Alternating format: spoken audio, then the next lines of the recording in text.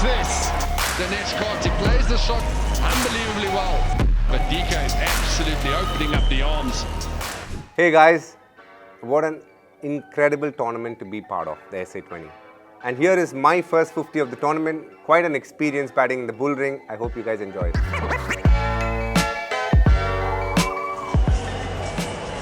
Here's a good man, one of the most popular in cricket, Dinesh Karthik. He's got a challenge on his hands here.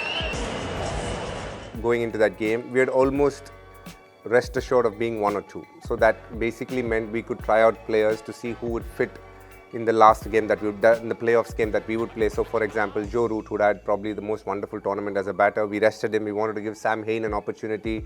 And most importantly, David Miller was obviously going to become a dad, so he took a few days off, so he wasn't part of the game. And a couple of the fast bowlers were given a break as well. Now, from my perspective, I thought it's a good opportunity to get batting. Up until that tournament, up until that point, it had been 8 matches, and if I'm right, I had batted less than 30 or 25 balls. You can say that our top order was brilliant, which it was, and also for me, I didn't have enough game time. That is something that I was looking forward to. I didn't know how much I would bat, but I was really looking forward to batting. But the one thing that I didn't look forward to was batting in the power play itself, and that's what happened. It so happened that my batting opportunity came at 40 for 4, very much in the power play. And I hadn't played in the power play for a very, very long time. Luckily or unluckily, I don't know. So here was my opportunity, got in, a lot of nerves. I knew this was my opportunity to bat long. Good bowling attack, good bounce, not the easiest of pitches. But overall, I was looking forward to batting in the bull ring. The FAF knows me pretty well, so it kept very clever fields, good fields. And that's what happens when you travel around the world, you play with so many players inadvertently, they end up knowing a lot about your batting.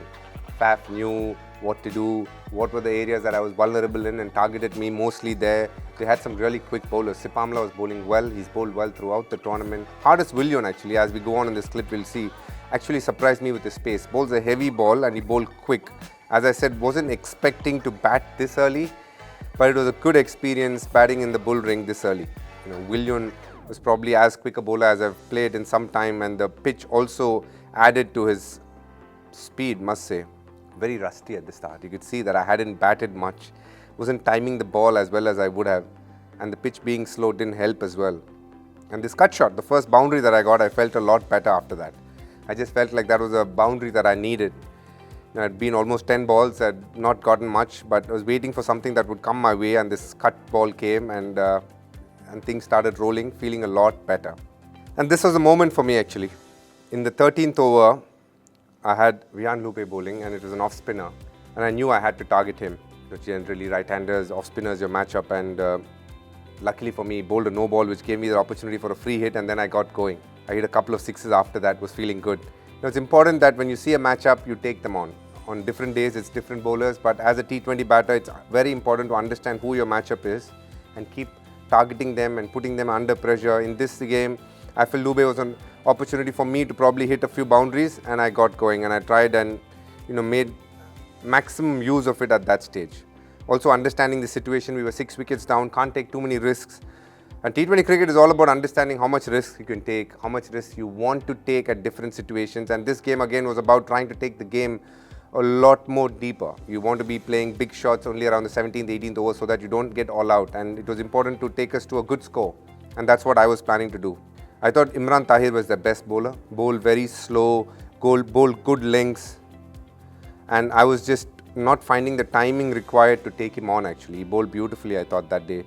Not often you see spinners bowl at 85s and 86. And it was good for me to play someone like that who was bowling slow. It felt very different at the start, playing a spinner that slow.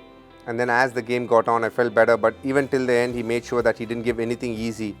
And that is the sign of a very good bowler, a very confident bowler. I thought he made best use of the conditions. And the fact that the pitch was slow, he was bowling it slower, so it was making it harder for me to hit shots through the line. And he bowled really nicely. Unluckily for him, he had this opportunity to get me caught at long on, but Evan Jones dropped one. Apparently he's a very safe fielder, but dropped one that day, so it was my opportunity to make the best of it. He has been so crucial for Paul Royals today, showing his worth with his first 50 in Betway SA20.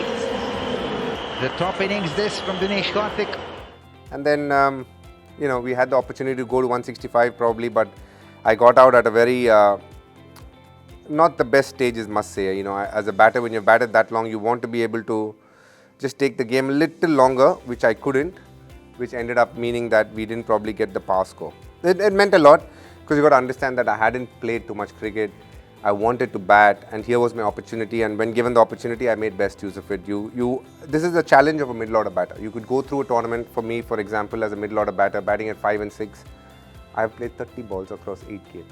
There's not many other middle-order batsmen who would be saying that. It tells you that the top order has batted well, but also tells you that you need game time because you're rusty, and when you get the opportunity, you need to make most of it. And you would more often than not get opportunities which is very, very pressure-filled. So understanding what you can do, how you play, so that when you get maximum game time, you're using that to your advantage. And on that day, I got lucky, played a few shots which came off nicely, but most importantly, it got me into some good rhythm moving forward in the tournament.